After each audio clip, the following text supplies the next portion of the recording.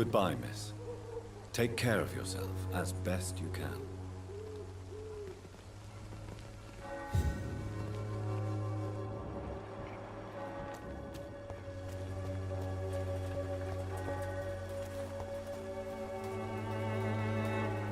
You again? What do you want this time? Goodbye, Mr. Peterson. Cheap price, good quality. Come on, take a look. Don't be afraid.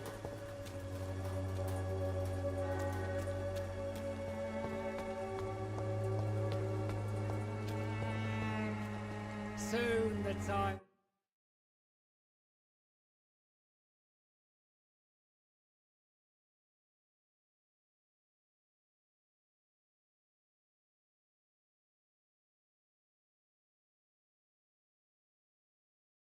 Excuse me, sir. Are you familiar with this part of town? Name's Clayton Darby, reporter. Sorry, I'm new to Whitechapel. But perhaps you could help me since you're a journalist. My name is Jonathan Reed. Dr. Reed, the famous surgeon. I'll gladly help if I'm able, sir. Why are the newspapers keeping silent about the Spanish influenza? It's as though none of you care. There's a war going on.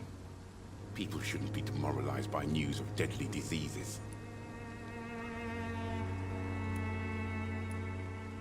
It's a disgrace. People are left to die alone. No one is properly informed of the risks. These are bad times indeed. So much for the glorious British Empire.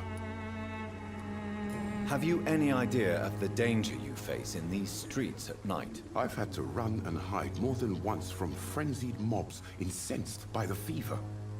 Do you think the flu is really responsible for this, Doctor?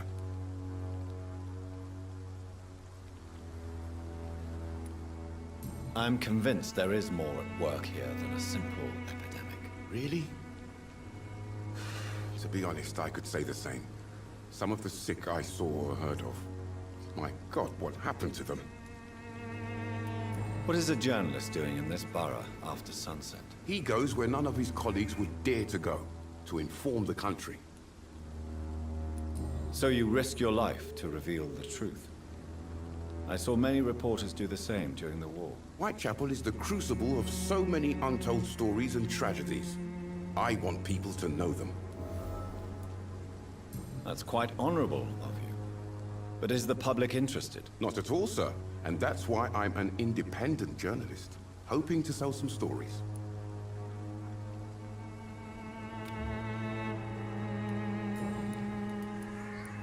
Christina Popper claims she sells her body because she can't find any other work. Do you believe her? Of course I do. Her story is exactly what I want my readers to understand. We live in an intolerant and divided nation. Do you think things will ever change, Mr. Darby? I believe the situation can only improve. And now that women can vote, I'm convinced things will change.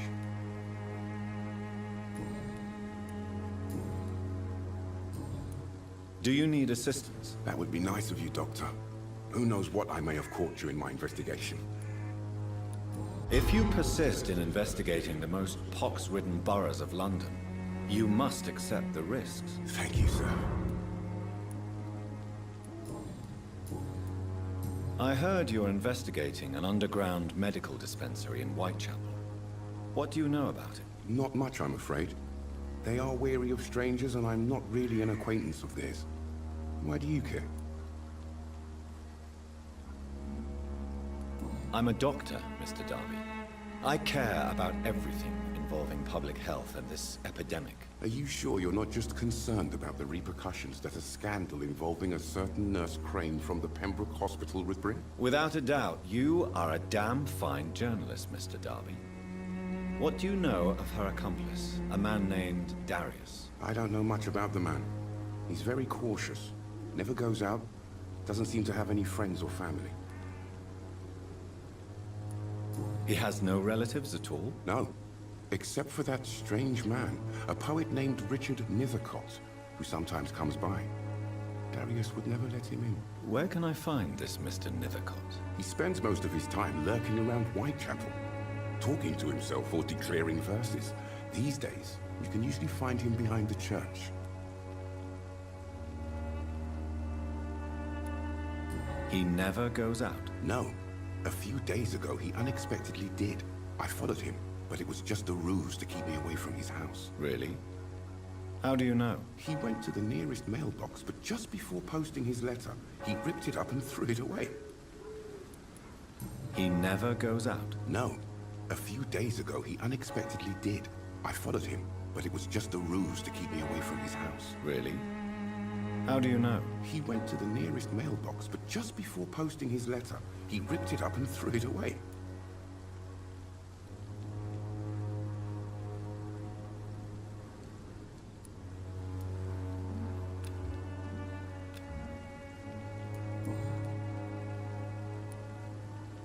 Goodbye, Mr. Darby. Farewell.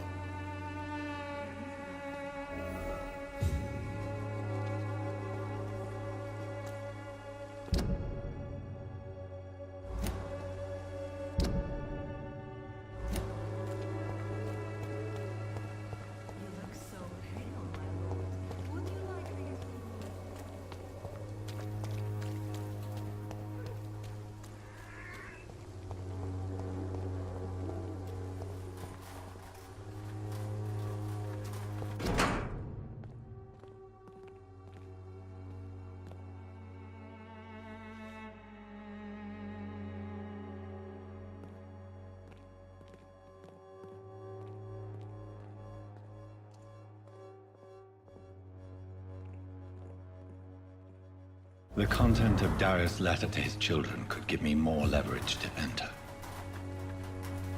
Darius is a bit less of a mystery now. It should not be that difficult to incite him to let me in.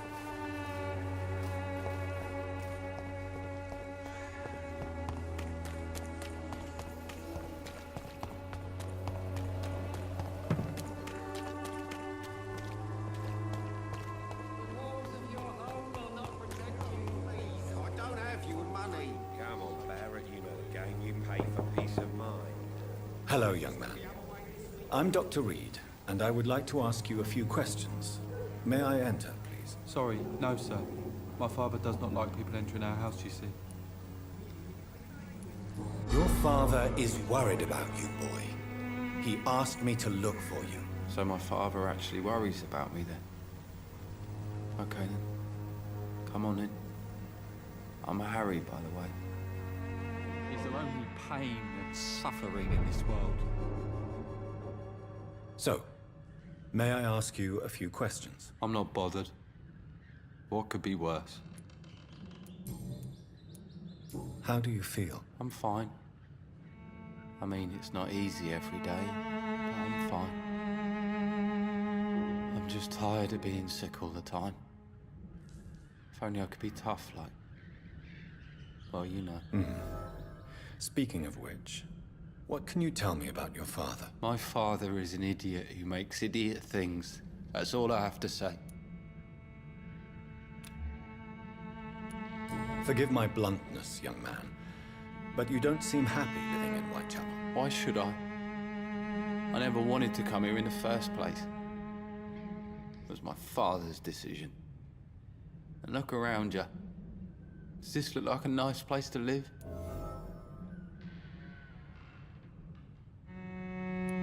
You have a roof over your head, a place to call home. Many people here are not as lucky, you know. That's exactly what my father says. Harry, you should be grateful for what you've got. But I wasn't even consulted when we moved here. If life here is so terrible for you, why don't you just leave this place? Have you ever spoken to your father about it? I don't go outside. It terrifies me so. I went outside once without my father noticing and I saw terrible things. Bloody and frightening things. So that's why you stay at home all day? For fear of the epidemic? I'm not afraid of disease or death, Dr. Reed. It's the living I'm afraid of.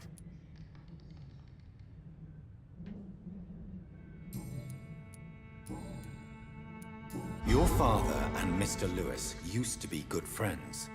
What happened, Harry? I was young then. I don't remember Mr. Lewis ever coming back again after my mother died. Or was it after my father started bullying him? I don't know. Have you tried speaking to Mr. Lewis about it? I don't go out often, but yes. And he scolded me and told me to leave him alone. I guess my father frightens him too much. But you are not responsible for your father's actions. Am I not? Dad always says that he joined that gang for my safety. So if I wasn't born, people wouldn't be worrying about Colossus Joe.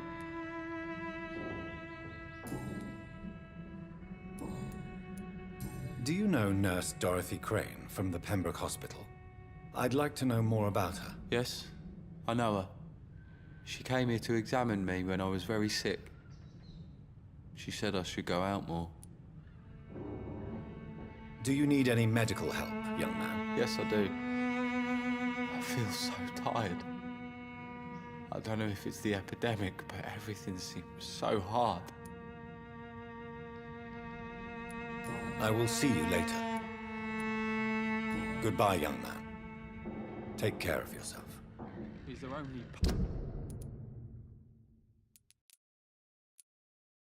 pain and suffering in this world?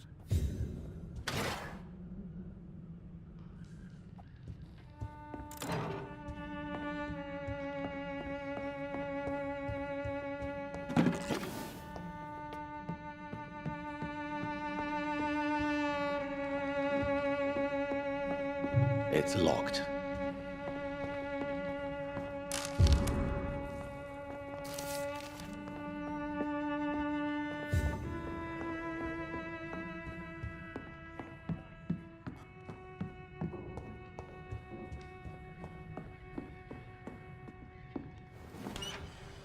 Is there only pain? Take a look. Don't be afraid.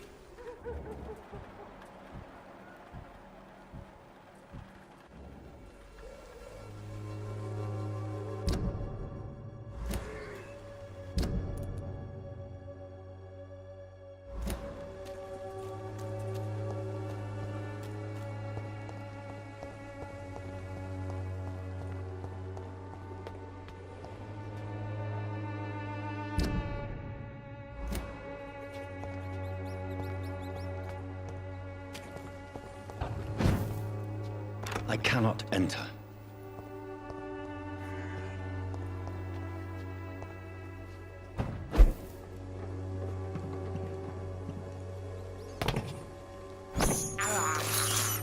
I have this thirst for blood.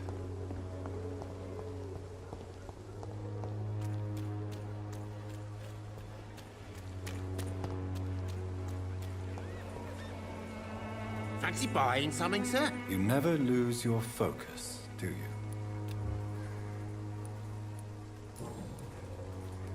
Joe Peterson. He's the villain here, isn't he?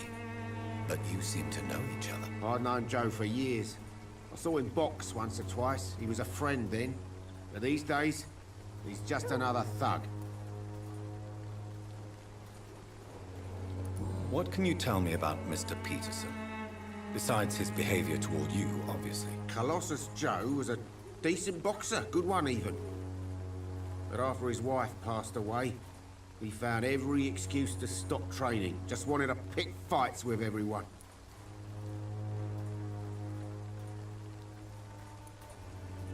Without making excuses for him, it's safe to say that despair can poison even the sanest mind. We've all had some rough times, ain't we? But most of us don't use our fists to see us through. And no one has ever stood up to this thug. Nobody would be fool enough to stand against a wet boot boy.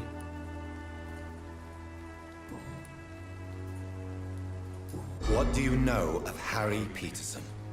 The boy seems so fragile. Not like his father at all. Harry's a good boy, but he spends most of his time complaining. He's had it tough, all right, but he needs to grow a pair. What troubles him exactly? But despite being his father's son, almost everything, I think.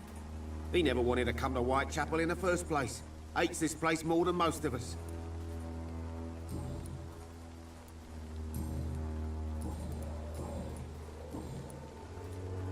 Goodbye for now, Mr. Lewis.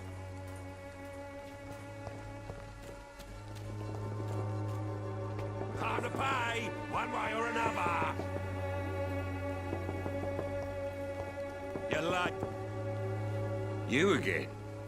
What do you want this time? Harry doesn't seem happy living in Whitechapel.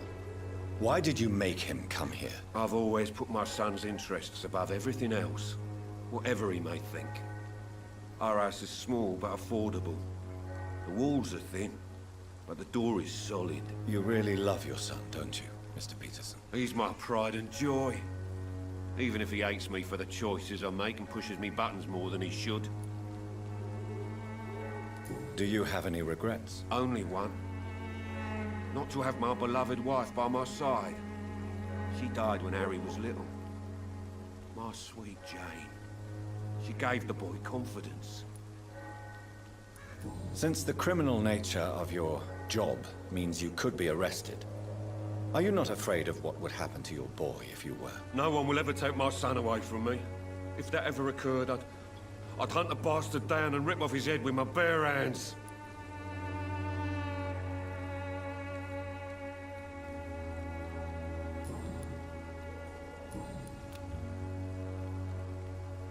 Goodbye, Mr. Peterson.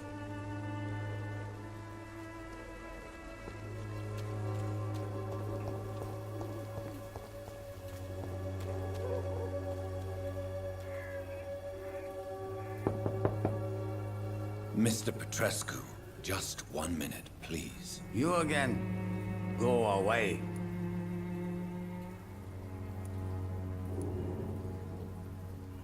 Sir, wait. Stop this nonsense. I know Nurse Crane is here. Shall we speak man to man, you and I? All right. Speak up. Don't you see we're on the same side? We fight to help the poor, sick, and abandoned. I'm nothing like you, Mr. Doctor. Yes, you are. You too believe in providing medical care without charge. You know what we have to sacrifice to make the world a better place. I have to admit your words have conviction. All right, I'll let you see Dorothea. Don't make me regret this, though.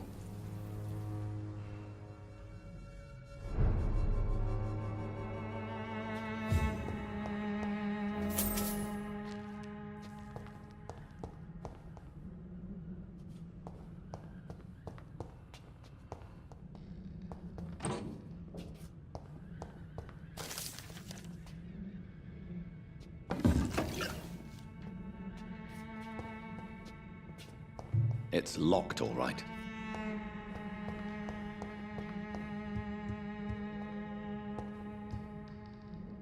If you want to talk to Dorothea, you must go across the courtyard and take the stairs. We've not been formally introduced. May I ask your name and occupation, sir? I am Darius Petrescu. I'm here to keep snitches and spies away from Dorothea.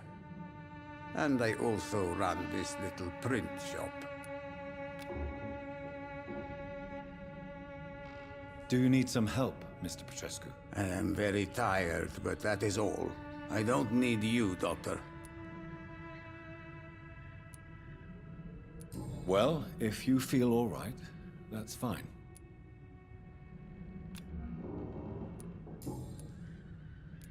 Tell me everything you know about Camellia, the mute florist. I do not believe in the afterlife, Doctor, but I'm almost convinced Camellia is an angel. She volunteered to give out our medical leaflets. Are you not worried for her safety?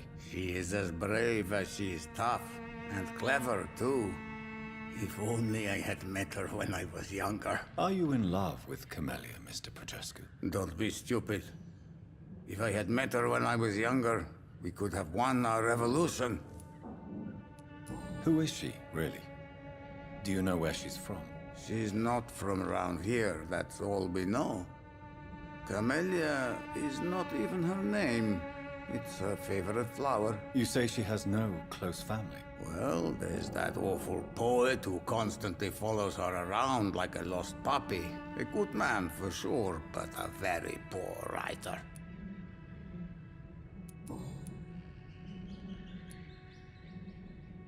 So Dorothy's real name is not Crane. Like myself and many people in this area, Dorothea is from occupied Romania. That's all you need to know. She seems important to the community. More than you can imagine. The West End does not want to hear of Whitechapel's misery. Dorothea is one of the few doing something about it. Tell me everything you know about Camellia, the mute florist. I do not believe in the afterlife, Doctor, but I'm almost convinced Camellia is an angel. She volunteered to give out our medical leaflets.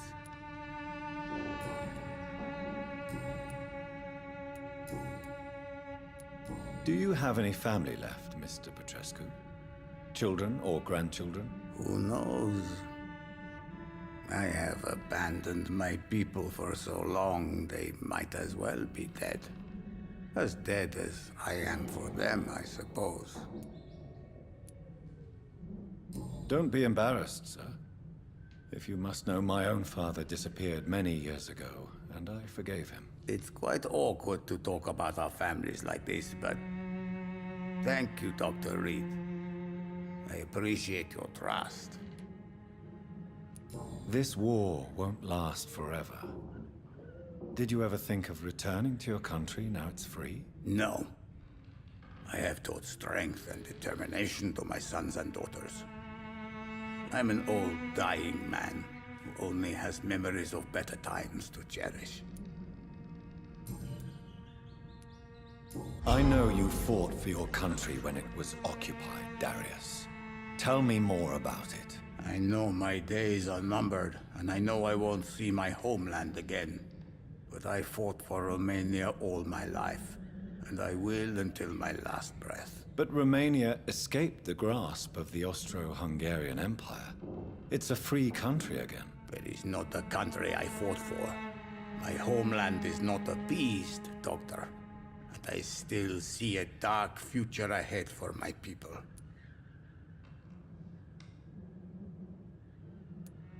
How did you meet Nurse Crane, Darius?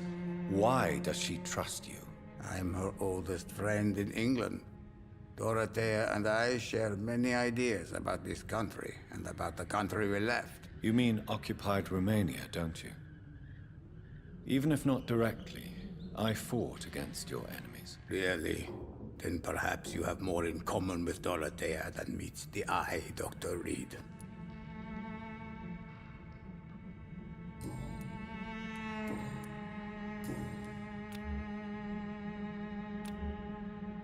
Goodbye, Mr. Petrescu.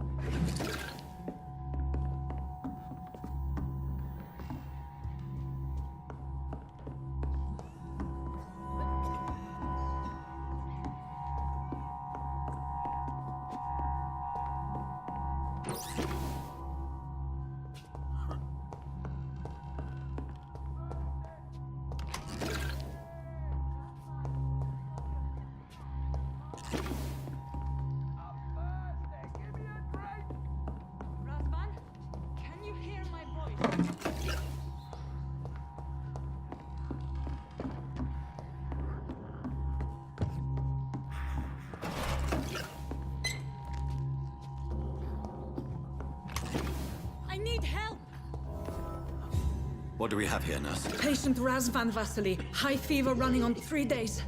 Complaints of dizziness, muscle aches, and head pain. Diagnosed with influenza. Treatment? Aspirin and salicin for the fever and discomfort. Liquids for dehydration, but he's having trouble keeping even water down. Thank you, nurse. Anything else I should know? He did lose consciousness this morning, but he's never had convulsions like these. He's not convulsing, he's choking. He's not getting any air. Scalpel! Hand me that scalpel! What can I do, Doctor?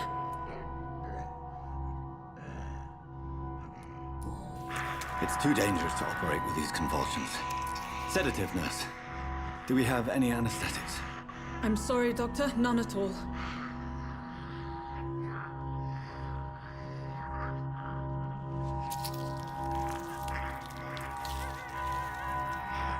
I need to perform a tracheostomy. Short pipe.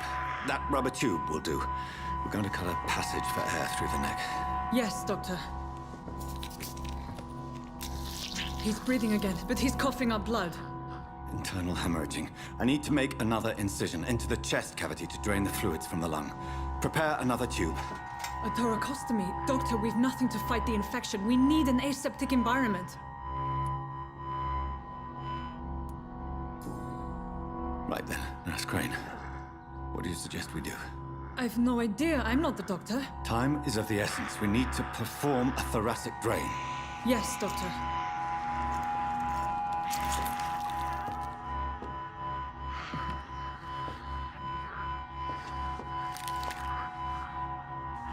He's still bleeding, Doctor. I'm losing his pulse. The drain must have punctured the intercostal artery. There's too much blood. Are you all right, Doctor? I can't see.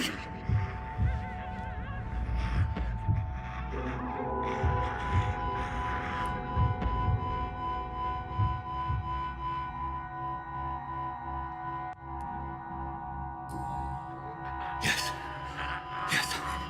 I have this, nurse. Allow me to finish the procedure alone. I need the room.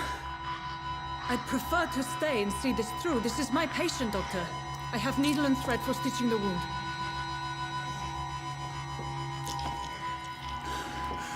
Good. The stitches are holding. How's he doing? We're losing him. We've lost his pulse. He's dying, Doctor!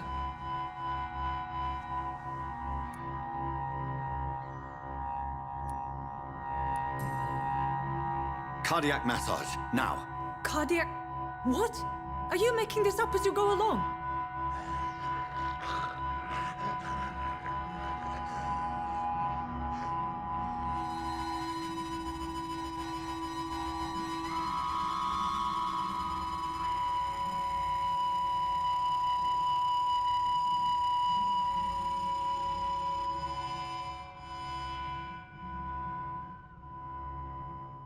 We've lost the pulse. He's gone, Doctor. Nurse, we did everything we could. Truly? Everything you could. Is that how you'll report this in your log? Is this how the war went? Piling up one poor corpse beside the next?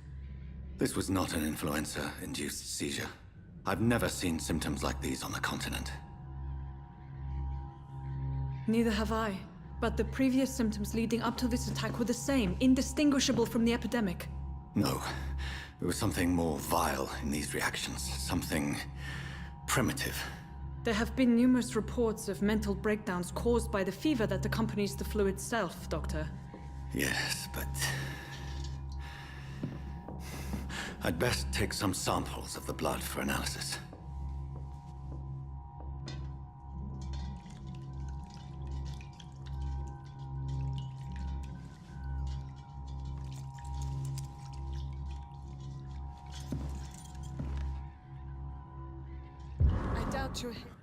I suspect it was more than intuition alone that led you to us. So, how might I be of service, Dr. Reed?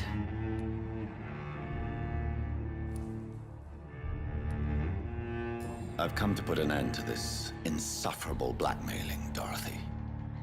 Doctor, you think your warnings scare me? I've stolen and plied, blackmailed and lied, but what else am I to do? I'm all these people have. But why Lady Ashbury? Why her, of all people? She's pristine and proper, all right. But that she-wolf in sheep's clothing murders the poor for sport. I have her where she belongs, and I'll milk her for all she's got.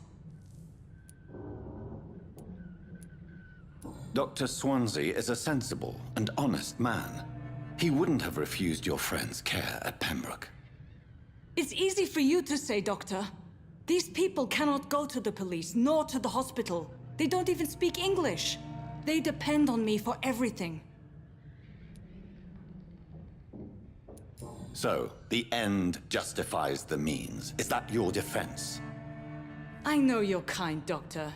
Just another fine-heeled, silver-spooned gentleman who was given the world on a platter. You know nothing of poverty. Nothing of the shame, the hunger, the loneliness.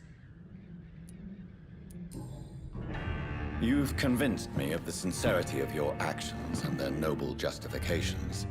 But all the same, blackmail is a crime, and it will stop, Nurse Crane. So, are you going to turn me over to the authorities?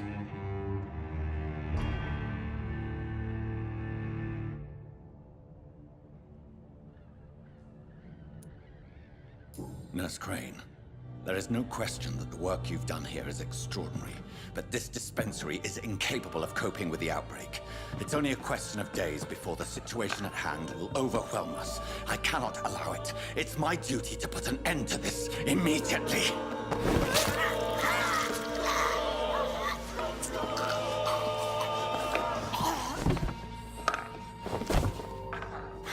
I'm not ashamed. I did what was right. For in the end, I saved lives and you took them. But we had so much in common, Doctor. Don't you see that?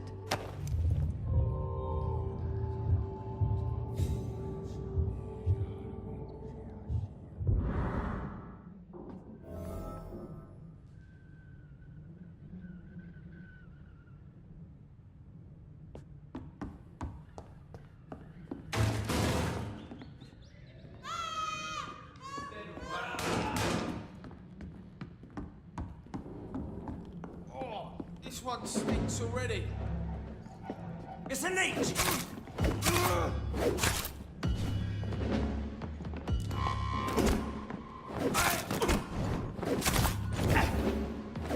Watch it! It's a killer!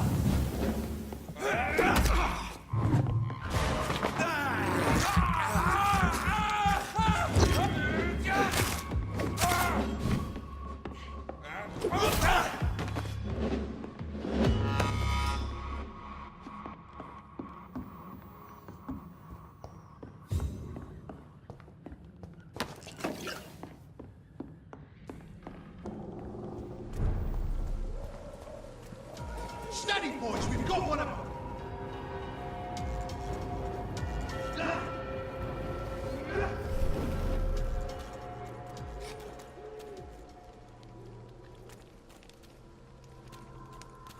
Sir, step away!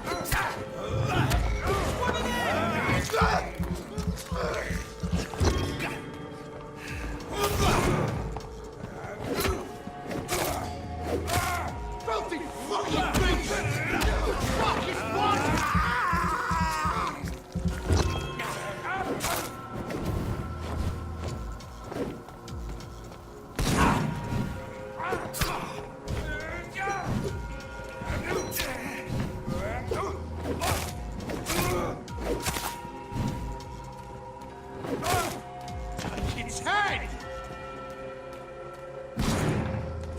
Bloody monster!